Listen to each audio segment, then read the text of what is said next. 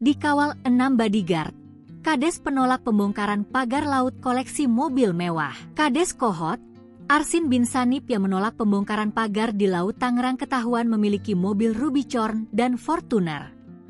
Arsin mati-matian menyebut bahwa area laut yang dipagari merupakan dulunya empang dan daratan. Ia mengatakan bahwa daratan itu telah tergenangi air laut lantaran abrasi.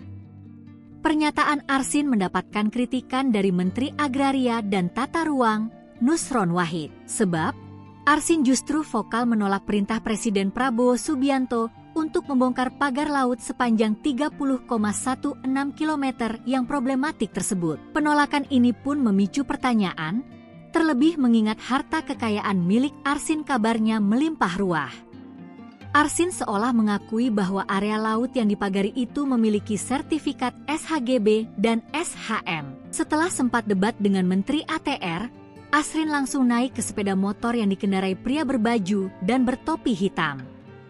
Sementara, 5 orang yang sempat mengadang para awak media berjalan kaki mengikuti motor yang ditumpangi Arsin dari belakang. Para pria tersebut terlihat ada yang memakai topi, jaket, dan celana jeans.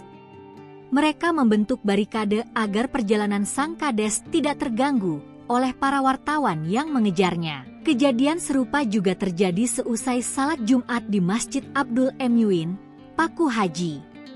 Sejumlah awak media yang menunggu Arsin selesai salat Jumat kembali tidak mendapatkan kesempatan wawancara.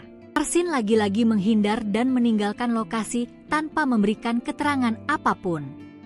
Diketahui, Arsin menjabat sebagai Kepala Desa Kohot sejak tahun 2021. Informasi mengenai harta kekayaannya mulai terkuak setelah aksi penolakannya terhadap pembongkaran pagar laut. Warganet pun mulai mengulik latar belakangnya, dan muncul dugaan bahwa Arsin adalah seorang Kades kaya raya. Dilansir tribunnews.com, Arsin dikabarkan memiliki beberapa barang mewah dan kendaraan mahal, termasuk mobil jenis Fortuner dan Jeep Wrangler Rubicon. Informasi ini pertama kali diungkap oleh pemilik akun X, dulunya Twitter, Bung_Madin, Jumat, 24 Januari 2025. Akun tersebut juga menyoroti hajatan besar yang pernah digelar Arsin, sebab hajatan tersebut digelar selama 3 hari 3 malam. Arsin juga mengundang grup Dangdut Family Group pada Mei 2024 lalu. Mobil mewah berjejer, hajatan 3 hari 3 malam, undang Dangdut Family Group.